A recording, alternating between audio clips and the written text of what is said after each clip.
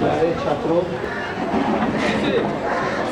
शिक्षक बंधुओं, सहकर्मीगण और सम्मानित अतिथियों, सबसे पहले तो आज इस राष्ट्रीय पर्व के मुबारक मौके पर आप सबको ढेर सारी मुबारकबाद, ढेर सारी बधाइयाँ। जैसा कि हम सब जानते हैं कि 26 जनवरी इस देश के इतिहास में एक बहुत ही महत्वपूर्ण दिन है।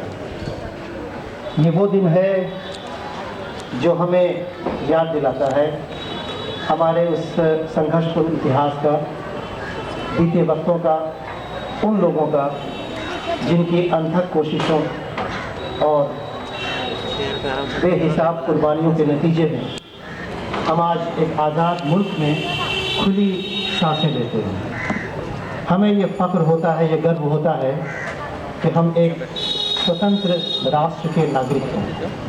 हमारा सर हमारे कंधों पर खड़ा होता है दुनिया के किसी देश के सामने भी, और हम गर्व से ये कह सकते हैं कि हम भारतीय हैं। जो मैं आज ज़रूरी समझता हूँ कि आप सबसे साझा करूँ, आप सबसे शेयर करूँ, ये मानते हुए कि आप में से अधिकतर लोगों को ये बातें मालूम होंगी, फिर भी ये दिन वो दिन है जब उन बातों को याद किया जाना चाहिए और एक दूसरे से शेयर किया जाना चाहिए। 26 जनवरी 1929 ये वो दिन है जब इंडियन नेशनल कांग्रेस का लाहौर अधिवेशन चल रहा था और जिसमें पंडित जवाहरलाल नेहरू ने वो रिजोल्यूशन लिया था 26 जनवरी 1929। उस रिजोल्यूशन में पहली बार भारत को एक पूर्ण स्वतंत्रता का आह्वान किया गया भारत के लिए। उस दिन से लेकर जिस दिन हमें आज़ादी मिली 15 अगस्त 1947 तक, उसके पहले तक हर साल 26 जनवरी को स्वतंत्रता दिवस के रूप में मनाया जाता रहा। हम सब जानते हैं कि 15 अगस्त 1947 को हमारा देश स्वतंत्र हुआ और उस दिन के बाद से हमारा स्वतंत्रता दिवस 15 अगस्त हो गया। 26 जनवरी इस दिन का जो दूसरा सबसे बड़ा महत्व है वो ये कि इस दिन 1950 में इस देश को वो दस्तावेज़ मिला, वो डॉक्यूमेंट मिला जिसे हम संविधान कहते हैं, कॉन्स्टिट्यूशन कहते हैं, आइन कहते हैं। ये वो कानूनी दस्तावेज़ है जिसके बल पर हम भारत को उस रूप में प्रतिभाषित करते हैं, उस रूप में दुनिया के सामने रखते हैं कि ये एक स्वतंत्र गणतंत्र है। ये वही संविधान है जो भारत की परिभाषा बताता है। ये संविधान एक कॉन्स्टिट्यूएंट असेंबली के द्वारा बनाया गया। कॉन्स्टिट्यूएंट असेंबली ने ऑलमोस्ट 3 सालों तक, टू बी एग्जैक्ट 2 साल 11 महीने और 17 दिनों तक काम किया। ये एक बड़े विशिष्ट लोगों की एक बड़ी असेंबली थी जिसने 3 सालों तक काम किया और इसके अंदर लगभग 12 मेजर कमेटियां थीं और कई अनगिनत सब कमेटियां थीं। इस कमेटी ने 3 सालों तक काम किया। उसमें एक मेजर कमेटी थी जो तिरंगे झंडे के लिए थी। उस कमेटी के अध्यक्ष के रूप में भारत के बाद में बने प्रथम राष्ट्रपति डॉक्टर राजेंद्र प्रसाद थे। तिरंगे झंडे की उस कमेटी के सदस्य अध्यक्ष के रूप में डॉक्टर राजेंद्र प्रसाद थे। फंडामेंटल राइट्स की जो कमेटी उसके अंतर्गत थी, उसके अध्यक्ष आचार्य JV कृपलानी थे। ड्राफ्ट कमेटी जो उसकी थी, उसके अध्यक्ष बाबा भीमराव अंबेडकर थे।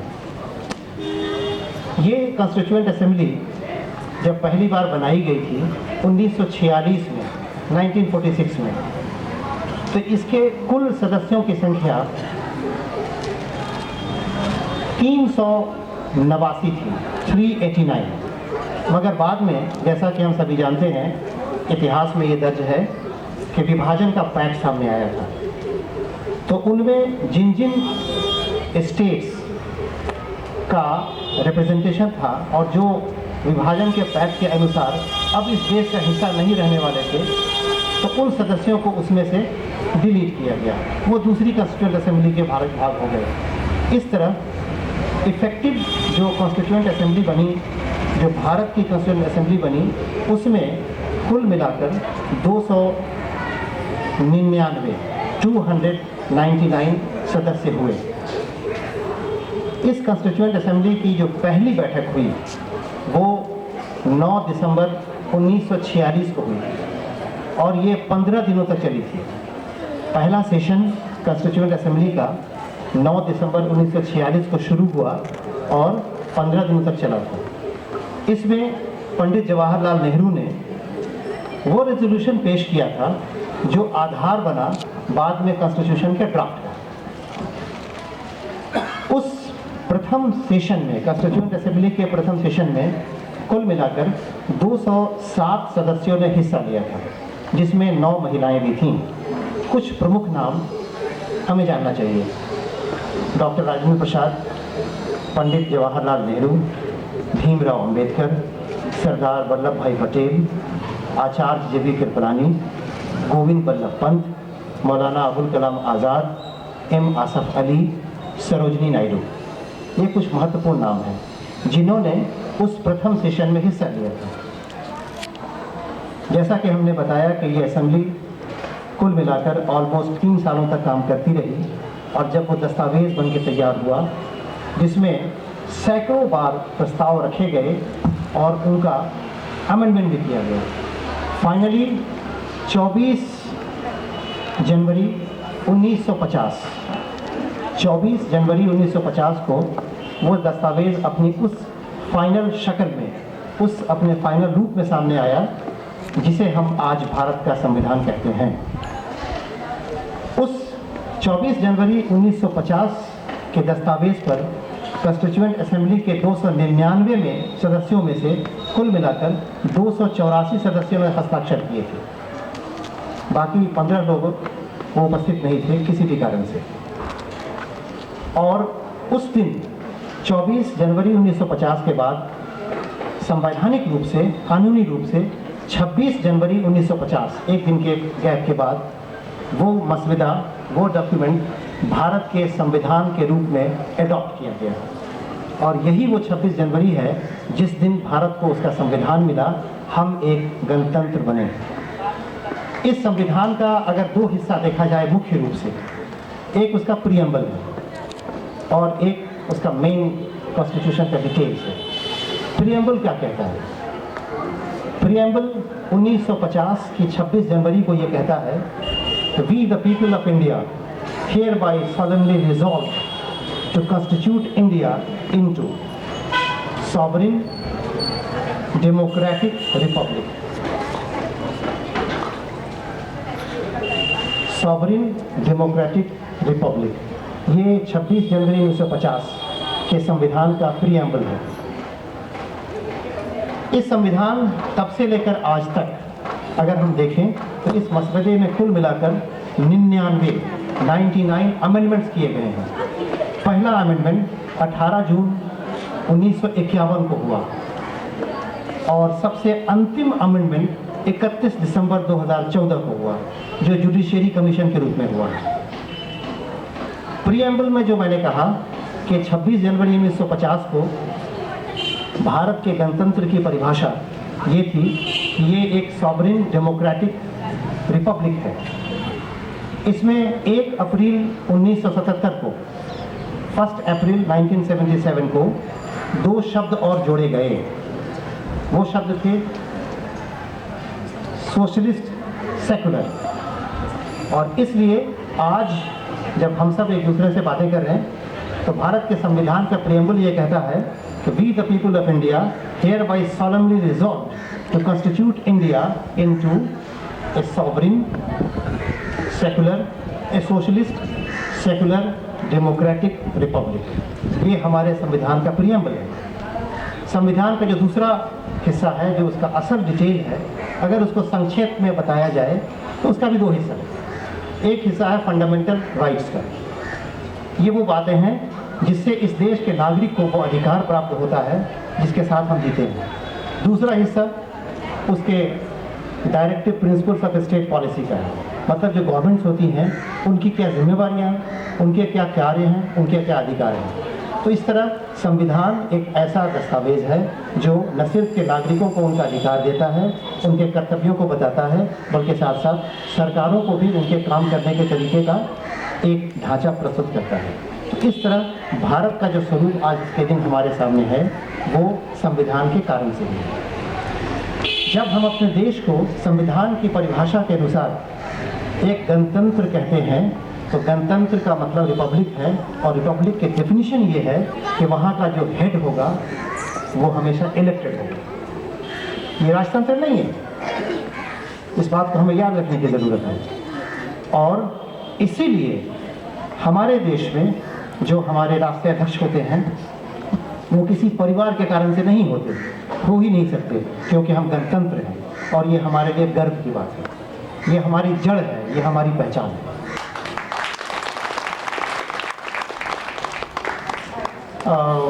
आज के दिन की इस महत्व के साथ मैं अपने विश्वविद्यालय के बारे में कुछ बातें करना चाहूँगा। जो छात्र 2014 में आए हैं, इस विश्वविद्यालय का अंग बने हैं, उनके लिए थोड़ी सी बातें। 2009 में केंद्र सरकार के द्वारा पारित एक्ट के अनुसार भारत के उन राष्ट्रों में जहां पहले से कोई केंद्रीय विश्वविद्यालय नहीं था, वहां एक केंद्रीय विश्वविद्यालय स्थापित करने का फैसला किया गया। उसी क्रम में बिहार को भी पहला केंद्रीय विश्वविद्यालय मिला, और वो जो एक्ट है वो एक्ट है सेंट्रल यूनिवर्सिटीज़ एक्ट 2009 का। इसके तहत सेंट्रल यूनिवर्सिटी बिहार की स्थापना हुई। इसका मतलब ये हुआ, और ये हुई फरवरी 2009 में। इसका मतलब ये हुआ कि हम लोग अगर तब से लेकर आज तक की बात करें तो हम ये कह सकते हैं कि हमने भी 5 साल 11 महीने ऑलमोस्ट पूरे कर लिए। ये 5 साल 11 महीने का जो सफ़र है इस विश्वविद्यालय का चुनौतीपूर्ण रहा है। जब भी कोई नई संस्था कायम होती है तो उसके सामने बहुत सारी अनजानी बातें आ जाती हैं, जिसका पहले से आपके पास में कोई अनुभव नहीं होता है। रास्ते आपको खुद बनाने होते हैं और फिर उन पर चलना होता है। विश्वविद्यालय को एक पहचान दिलानी होती है, और ये सब कुछ मिलकर विश्वविद्यालय उस उद्देश्य की ओर बढ़ता है जिसके लिए उसे स्थापित किया जाता है। विश्वविद्यालय का सबसे पहला खड़ा छात्र होते हैं, जिनके लिए विश्वविद्यालय बनाया जाता है। छात्र इस विश्वविद्यालय की पहचान होते हैं, वो ब्रांड एम्बेसडर्स होते हैं। आज के दिन वो छात्र जो शुरू में आए, पास करके आज जीवन में कहीं कहीं हैं, वो सब हमारे ब्रांड एम्बेसडर्स हैं। वो जहाँ भी हैं हमें उन पर गर्व है कि वो आज सेंट्रल यूनिवर्सिटी ऑफ बिहार के नाम के साथ कहीं न कहीं पाए जाते हैं। हम में से जब भी जिसको ऐसा मौका मिलेगा कि कभी जीवन में किसी ऐसे से मिलने का संयोग हो और ये पता चले बाद में, अरे तुम भी सेंट्रल यूनिवर्सिटी बिहार के हो, आप उस अनुभूति को महसूस करेंगे कि आप भी वहीं के हैं जहाँ का आपके सामने वाला व्यक्ति है।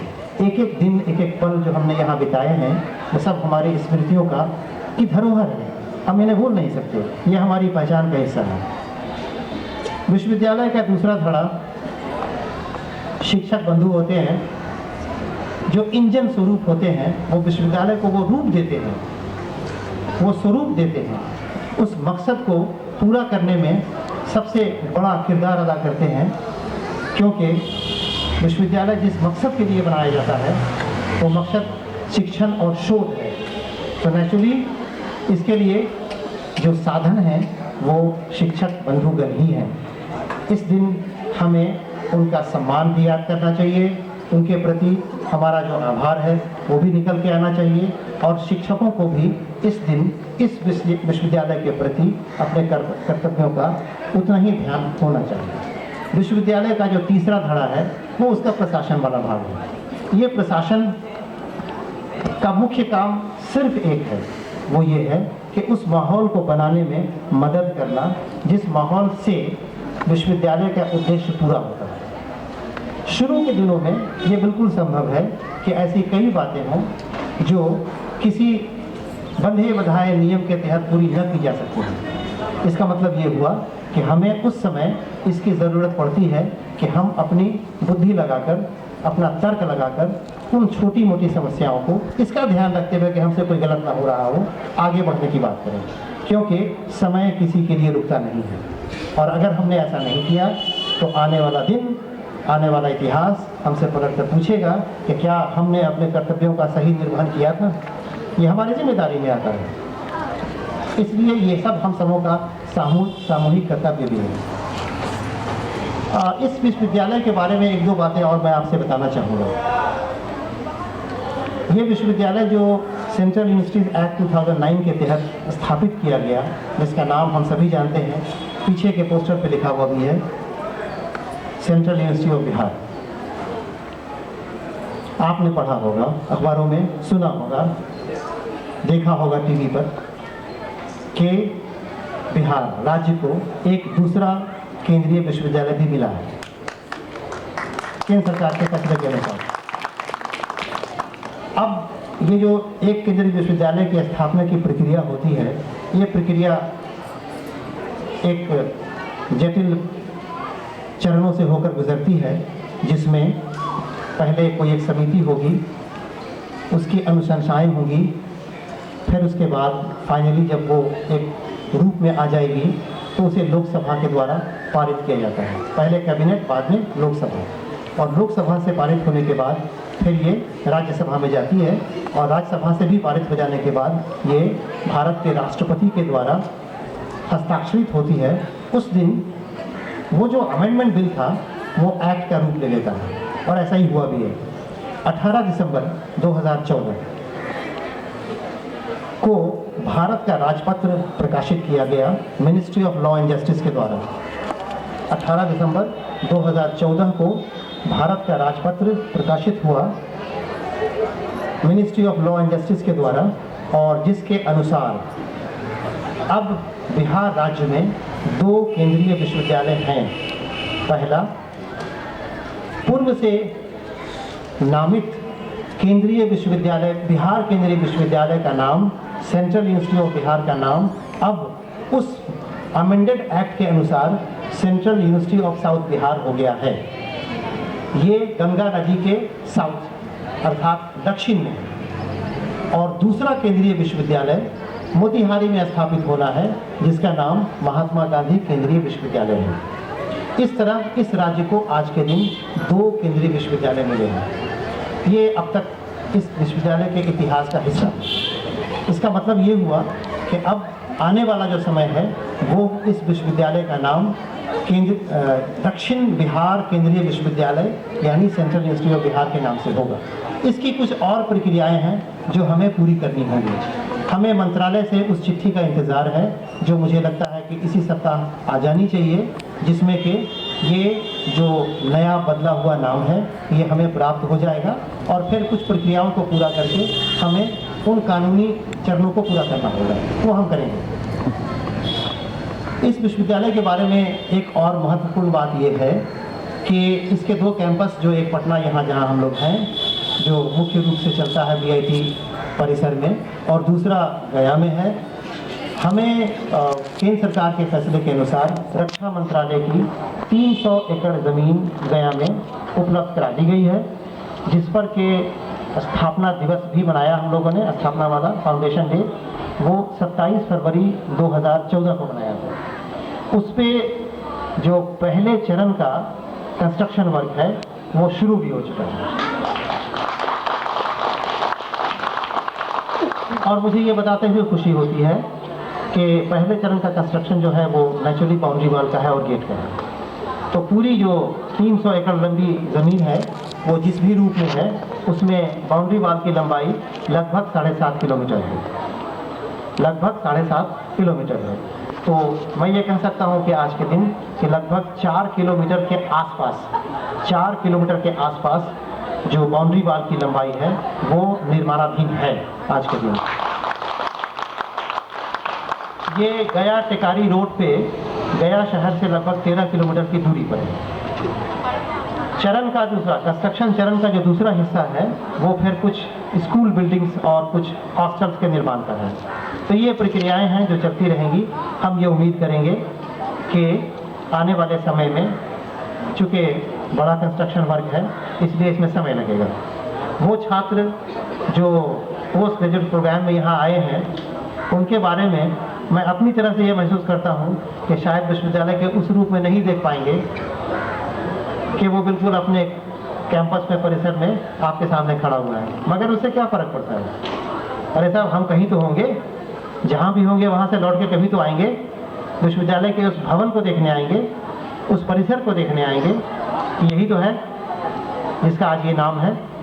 एक बात तो बिल्कुल तय है कि कम से कम नाम बदलने के पहले तो हम यहाँ हैं।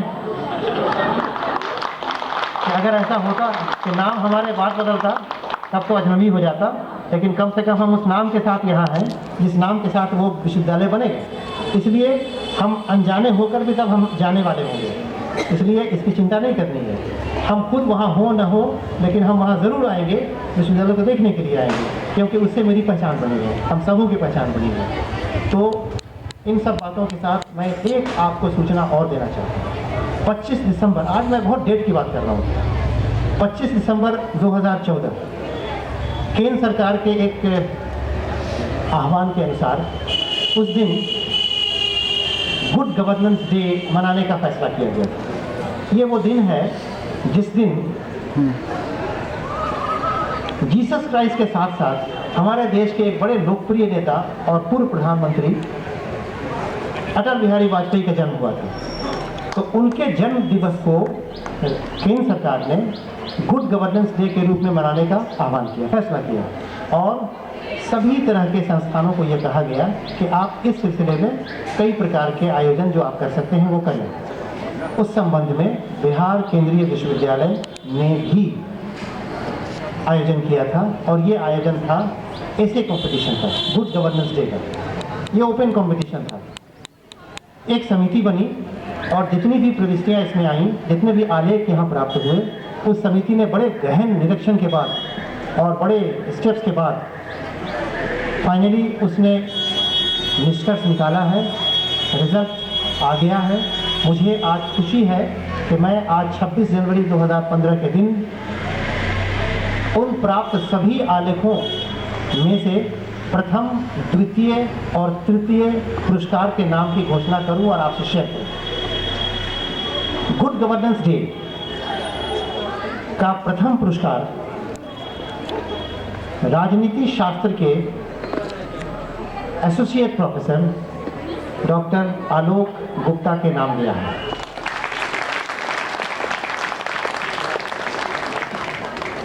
द्वितीय पुरस्कार सागर कुमार वर्मा जो एलडीसी हैं उनके नाम से गया है, और तृतीय पुरस्कार संयुक्त रूप से 2 व्यक्तियों को गया है।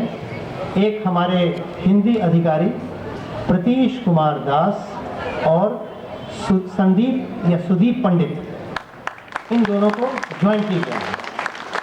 तो आज का दिन उन सबों को भी विशेष रूप से मुबारक हो कि आपने, और हमें उम्मीद है कि उनके